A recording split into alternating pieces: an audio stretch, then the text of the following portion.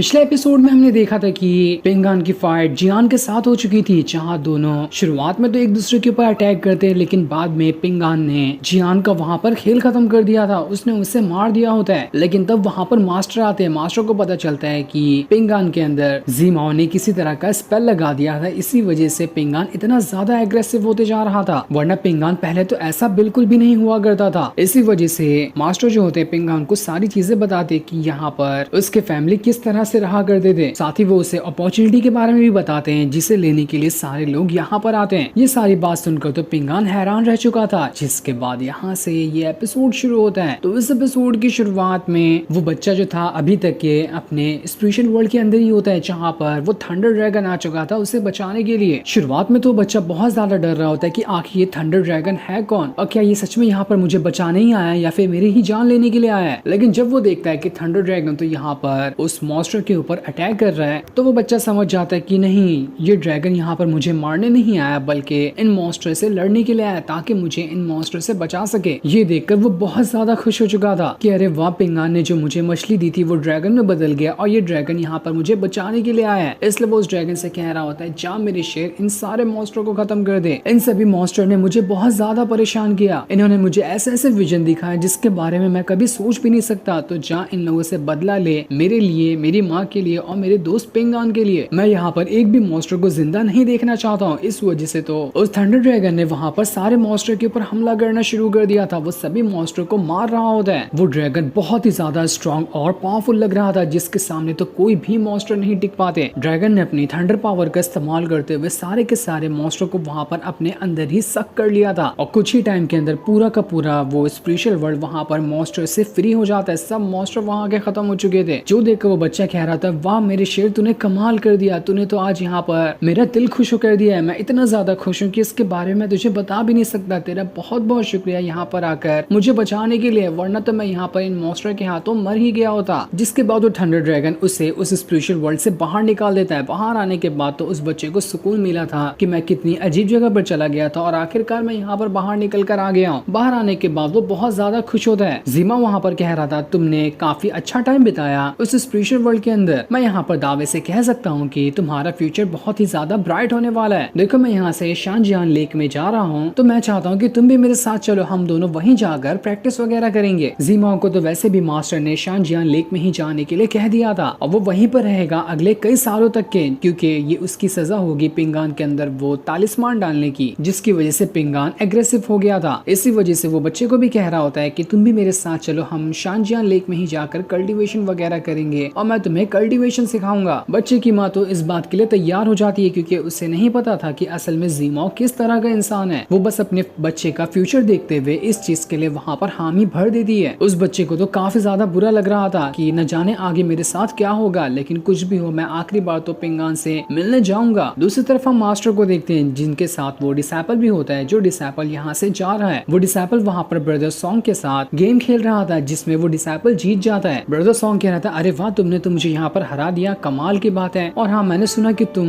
इस गांव को छोड़कर जा रहे हो। अगर ऐसी बात है तो ठीक है, हम यहाँ पर एक बार आखिरी बार शराब पी लेते हैं साथ में, उसके बाद तुम चले जाना। जिस पर वो डिसाइपल मान उसके जाने के बाद मास्टर ब्रदर सॉन्ग से कह रहे थे, तुम तो यहाँ पर जानबूझ के हार गए उससे। जिस पर ब्रदर सॉन्ग कहता है, हाँ मास्टर, मैं जानबूझ के हार गया था, क्योंकि जाते टाइम अगर उस डिसाइपल को वो हारते हुए जाएगा तो अच्छा नहीं लगेगा। मैं क्या सोचा था, मैं भी उसे गुड बाय कहने के लिए जाऊंगा जिस दिन वो जा रहा होगा। मास्टर कहते, तुम्हें इन सब चीजों में पढ़ने की कोई जरूरत नहीं है, मेरे पास तुम्हारे लिए कुछ और भी काम है। ब्रदर सॉन्ग और वो जो डिसाइपल है, दोनों मास्टर के ही डिसाइपल है। मास्टर उन दोनों को ही सिखाया करते हैं, इसलिए मास्टर जो होते हैं वो कुछ कल्टीवेशन वगैरह की किताब निकाल कर ब्रदर सॉन्ग को दे देते हैं, और उसे देते हुए कहते हैं, तुम्हें जो भी टाइम मिलेगा ना, इन किताबों को पढ़ लेना, इससे तुम्हारी पावर बढ़ेगी और तुम्हारी पर्सनैलिटी में भी एक अच्छा डेवलपमेंट आएगा। तो अपना टाइम इधर उधर के काम में बर्बाद मत करो और अपनी कल्टीवेशन पावर पे ध्यान दो। इसलिए ब्रदर सॉन्ग जो होता है वहाँ पर मास्टर का शुक्रिया करते हुए वहाँ से चला जाता है। उसके जाने के बाद मास्टर यीजुई से कहते, तुम यहाँ पर क्या कर रही हो, तुम भी जा सकती हो। ब्रदर सॉन्ग तो चला गया ना, लेकिन यीजुई की तो काफी गुस्से वाली निगाहें मास्टर के ऊपर ही होती है। उसका इंटेंशन क्या था अभी तो पता नहीं चलता, लेकिन उसे मास्टर के ऊपर गुस्सा तो बहुत आ रहा था। इसके बाद वो भी वहाँ से चली जाती है। दूसरी तरफ पिंगान जब घर पे होता है तो वहाँ पर निंग्याओ को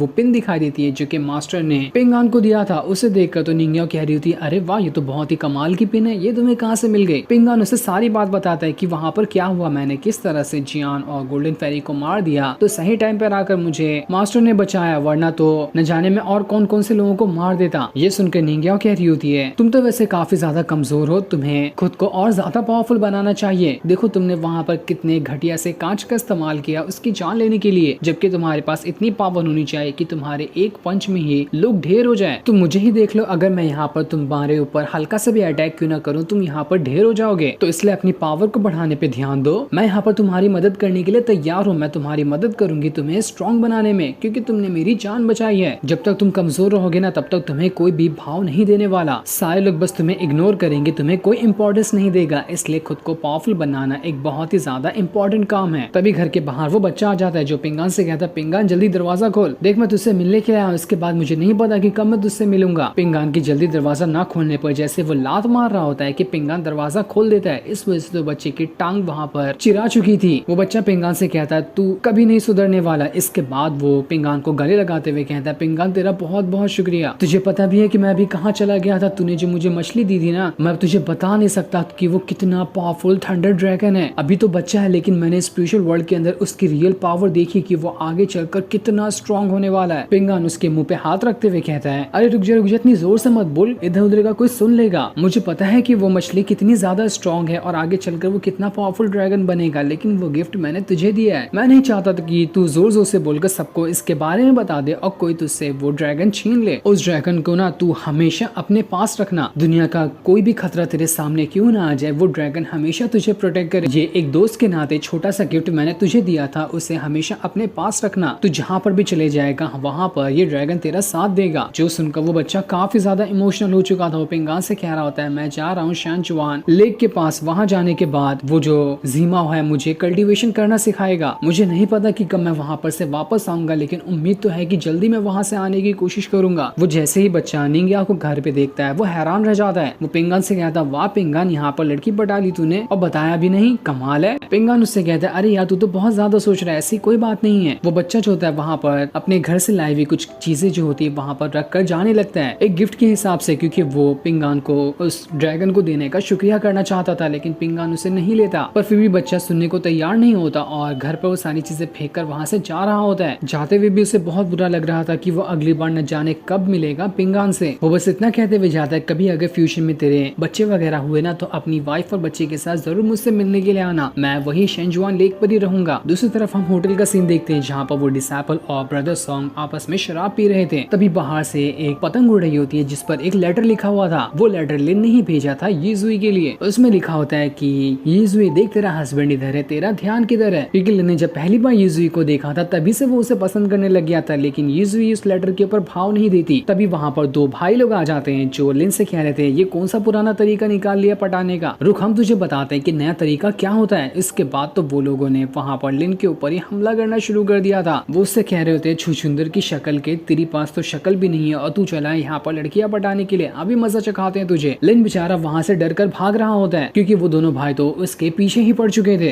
वो भागते हुए उनके ऊपर जो सामान दिखता वो सामान फेंक रहा होता है ताकि वो उन दोनों भाइयों से पीछे छुड़ाकर वहाँ से भाग सके। वो दोनों भाई भागते हुए काफी ज्यादा थक जाते हैं, लेकिन तब भी लिन जो होता है वहाँ से भाग निकलता है। लेकिन उनमें से एक भाई ने उसे गुलेर की मदद से एक पत्थर उठा के मार दिया था, जो देखकर लिन वहाँ पर उनसे कह रहा होता है, देख लेना इसका बदला लेने के लिए मैं जरूर आऊंगा तुम लोगों के पास, तुम लोगों को नहीं छोड़ने वाला मैं, बस मेरा इंतजार करना, मैं आऊंगा जरूर। दूसरी तरफ हम उन आउटसाइडर को देखते हैं जिनमें से मिज़ू नाम की एक लड़की होती है और वहाँ पर ग्रैंडपा युआन होता है। उन दोनों के पास एक बंदा आया हुआ था जिसने एक अपॉर्चुनिटी लेकर आया था, यानी कि वही पॉट जिसमें से कोई नए जन्म लिए हुए बच्चे की ब्लड पावर को रखा गया होगा, उसके पास एक ही अपॉर्चुनिटी होती है। तो मिज़ू और ग्रैंडपा युआन जो होता है वो दोनों आपस में कहने लगते हैं कि मैं इस अपॉर्चुनिटी को लूंगा, लेकिन दोनों में होते ही बहस की वजह से नतीजा ये निकल के आता है कि वो दोनों यहाँ पर आपस में फाइट करेंगे और जो भी इस फाइट में जीतेगा उसे ही ये अपॉर्चुनिटी मिलेगी। इस वजह से वो दोनों वहाँ पर फाइट करने के लिए तैयार हो जाते हैं। ग्रैंडपा युआन तो वहाँ पर काफी ज्यादा स्ट्रॉन्ग लग रहा था, इस वजह से वो मिज़ू की बहुत अच्छे से धुलाई कर रहा होता है, उसके अटैक को रोकता और उसके ऊपर अटैक भी करते जा रहा था क्योंकि ग्रैंडपा की कल्टीवेशन पावर काफी ज्यादा हाई लग रही थी। मिज़ू भी उसे अच्छी टक्कर देती है, लेकिन तब भी यहाँ पर ग्रैंडपा युआन बहुत ज्यादा स्ट्रॉन्ग था। वो सिर्फ अपनी कल्टीवेशन पावर का इस्तेमाल कर रहा होता है और अपनी पावर का इस्तेमाल करते हुए वो मिज़ू के ऊपर अटैक करना शुरू कर देता है, जिस वजह से तो मिज़ू अब यहाँ पर एक भी उसका अटैक नहीं संभाल पाती। वो भी अपनी पावर का इस्तेमाल तो करती है, लेकिन फिर भी वो ग्रैंडपा युआन के सामने में बहुत ही ज्यादा कमजोर थी। ग्रैंडपा युआन वहाँ पर उसे बहुत मारता है, लेकिन तब भी मिज़ू जल्दी हार नहीं मानती। उसके पास उसका पंखा था जो कि उसकी सबसे मेन पावर का सोर्स था। उसी की मदद से वो सभी लोगों के ऊपर अटैक करती थी और उसकी मदद से उसने यहाँ पर ग्रैंडपा युआन के ऊपर भी अटैक करना शुरू कर दिया था। लेकिन तब भी युआन जो होता है वो अपनी काफी ज्यादा स्ट्रॉन्ग पावर को एक्टिवेट करते हुए मिज़ू के साथ फाइट कर रहा था और ऐसा लग रहा था कि यहाँ पर तो मिज़ू अब उसका कुछ नहीं बिगाड़ पाएगी। यहाँ पर ग्रैंडपा युआन ने बहुत अच्छी टक्कर दी थी और उसे वहाँ पर हरा भी दिया था। इस वजह से मिज़ू यहाँ पर हार जाती है, इसलिए वो वहाँ पर अपनी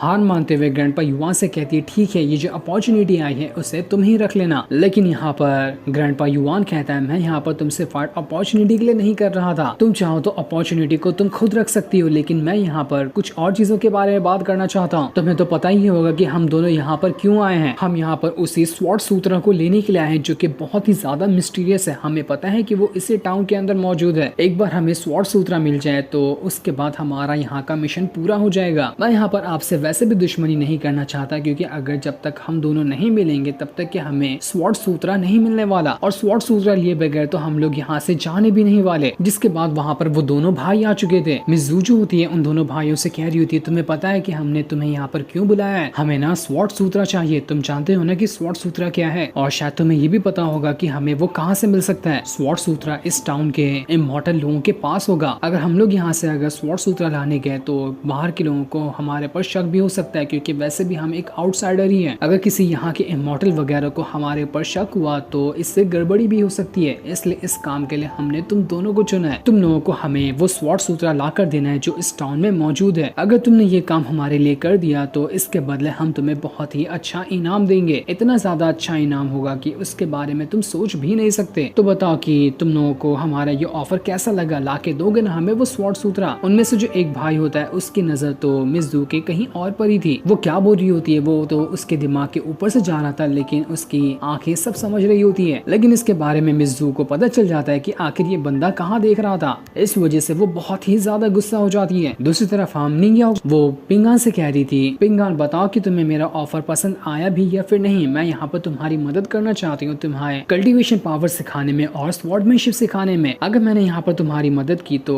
इस मदद से तुम खुद को बहुत ज्यादा स्ट्रॉन्ग बना लोगे। मैं यहाँ पर तुम्हारी मदद इसलिए करना चाहती हूँ क्योंकि तुमने मेरी जान बचाई थी। हम दोनों का वैसे कोई रिलेशन तो नहीं है, लेकिन तब भी तुमने जो मेरी जान बचाई उसी का एहसान उतारने के लिए मैं तुम्हारी मदद करना चाहती हूँ, क्योंकि मैं जल्दी किसी का एहसान नहीं लेती। इसी वजह से मैं तुमसे कब से कह रही हूँ कि मेरी बात मान लो और मेरे साथ कल्टीवेशन सीखो। मैं तुम्हें स्वॉर्डमैनशिप भी सिखाऊंगी और कल्टीवेशन भी सिखाऊंगी। पिंगान उससे कह रहा होता है अरे नहीं नहीं, आपको ऐसा सोचने की जरूरत नहीं है कि मैंने आपके ऊपर कोई एहसान किया। वो तो स्टोरी टेलर ने ही आपको बचा कर यहाँ पर लेकर आया था। आपको अगर कुछ करना ही है तो उस स्टोरी टेलर का जाकर करिए, उसे ही कुछ इनाम वगैरह दे देना। मैंने तो बस आपका थोड़ा सा ख्याल रखा था। ये सुनकर निंग्याओ जो होती वो वहाँ पर पिंगान से कहती चलो ठीक है, देखो तुम्हारे पास ना थोड़े पैसे हैं, वो पैसे मुझे दे दो। ऐसा समझ लेना कि मैं तुम्हारी मास्टर बन गई हूँ और तुम मुझे कल्टीवेशन वगैरह सिखाने की फीस दे रहे हो। अब तो तुम मान सकते ना, देखो मैं तुम्हें खुद कितना इंसिस्ट कर रही हूँ तुम्हें स्वॉर्डमैनशिप वगैरह सिखाने में, लेकिन तुम हो के तैयार ही नहीं हो सीखने के लिए। किसी लड़की से सीखना तुम्हें पसंद नहीं है क्या? तुम्हें खाली कोई मास्टर ही चाहिए सीखने के लिए? तुम्हारे पास जो ये कॉइन है ना, ये बहुत ही अच्छा ब्लेसिंग वाला कॉइन है। इसी गाँव में थोड़ी दूर जाने पे तुम्हें एक मूर्ति दिखाई देगी जिसके सामने ही ऐसा एक डब्बा रखा हुआ है, उसके अंदर ये कॉइन रख देना। तुम वहाँ पर जब ये कॉइन रखोगे ना तो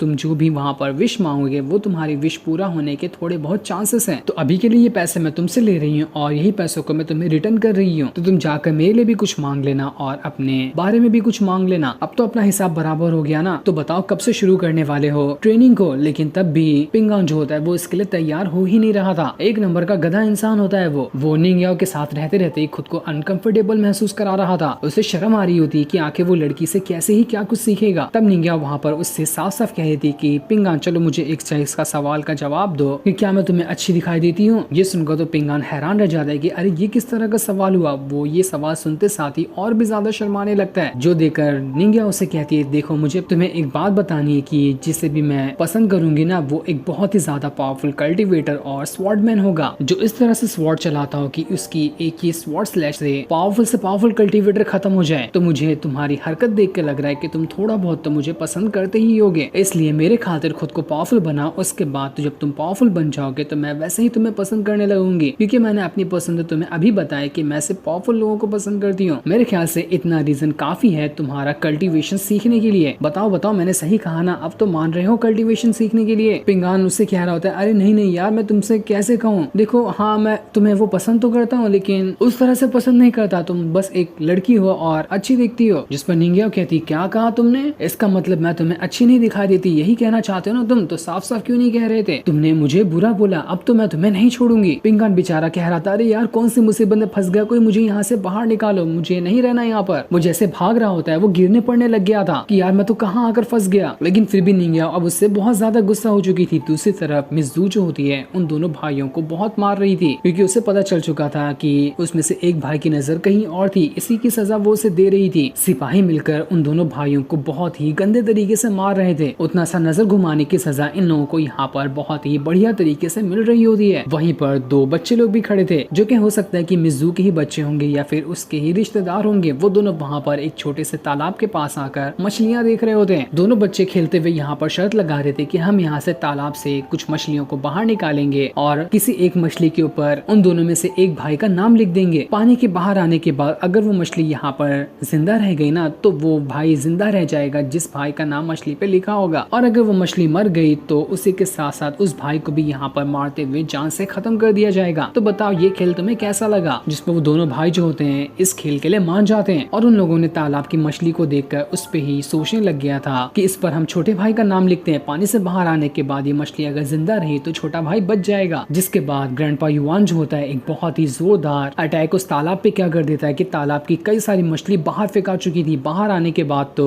कई सारी मछलियां वहां पर तड़पने लगती है और बाहर आने के बाद ये हो जाता है कि दोनों भाइयों की मछलियां जो थी वो दोनों वहां पर जिंदा बच जाती है। इस वजह से तो दोनों भाइयों की जान में जान आती है कि चलो आखिरकार हम लोग यहाँ पर बच गए। लेकिन वो लोग यहाँ पर सिर्फ इतना बचे होते कि उनकी जान नहीं जाएगी लेकिन मार तो उन्हें वैसे भी खानी है। इस वजह से सिपाही उन दोनों को और ज्यादा मार रहे होते हैं, बस उन्हें यहाँ पर जिंदा छोड़ना था उन्हें, लेकिन मार मार कर तो हालत खराब करनी ही थी। मिज़ू वहाँ पर आकर कहती है बताओ क्या तुम हमारे लिए वो स्वॉर्ड सूत्रा लाकर दोगे या फिर नहीं, अगर इसके लिए तैयार हो तो हम तुम्हें यहाँ पर छोड़ देंगे, लेकिन हाँ हम जो तुम्हें इनाम देने वाले थे वो इनाम तुम्हारा कैंसिल कर दिया जाएगा, तुम्हें अब फ्री में ही अपनी जान खतरे में डालते हुए वो स्वॉर्ड सूत्रा हमें लाकर देना है। ये सुनकर वो दोनों भाई डर के मारे वहाँ पर मान जाते कि हाँ हम आपको फ्री में ही वो सूत्रा लाकर देने की कोशिश करेंगे, चाहे इसमें हमारी जान क्यों न चली जाए, लेकिन हम यहाँ पर वो स्वॉर्ड सूत्रा लाकर आपको जरूर देंगे। जिसके बाद अब देखते ही देखते वो बच्चा जो था वो जीमाओ के साथ गांव से जा रहा होता है उसी शांजियां लेक के पास। उसी के साथ साथ वो डिसाइपल भी जा चुका था और पिंगान भी वहाँ पर उन सिक्कों को लेकर उसी मूर्ति के पास जा रहा होता है जहाँ पर से विश मांगी जाती है। पिंगान मूर्ति के सामने उन सिक्कों को रखते हुए कहता है कि मैं बस यहाँ पर आपसे अपने पेरेंट्स के लिए प्रार्थना करना चाहता हूँ कि जहाँ पर भी हो वो हमेशा खुश रहें, वो खुश रहेंगे तो मैं खुद से खुश रहूं, मुझे बस मेरे पेरेंट्स की फिक्र है, आप हमेशा उन लोगों को खुश रखना चाहे वो दुनिया के किस भी कोने में क्यों ना हो। तो वहीं वो जो डिसाइपल होता है जो कि मास्टर का डिसाइपल था, जैसे ही घोड़ा गाड़ी से आगे बढ़ रहा था उसके पास वो गिफ्ट भी होता है जो कि मास्टर ने उसे दिया था। उस गिफ्ट के अंदर से काफी ज्यादा पावर बाहर निकल रही थी। अभी तो बताया नहीं जाता कि आखिर वो गिफ्ट था क्या, लेकिन वो बहुत ही ज्यादा पावरफुल लग रहा होता है। तभी झाड़ियों के पीछे कोई बंदा होता है जो छुपकर उसी डिसाइपल के ऊपर नजर रखे हुए था। लेकिन यहाँ पर वो बंदा क्यों आया है और वो इस डिसाइपल का पीछा क्यों कर रहा है इसके बारे में अभी हमें कुछ नहीं बताया जाता। जो सीन दिखाते ही ये एपिसोड यहीं पर एंड हो जाता है। Thanks for watching.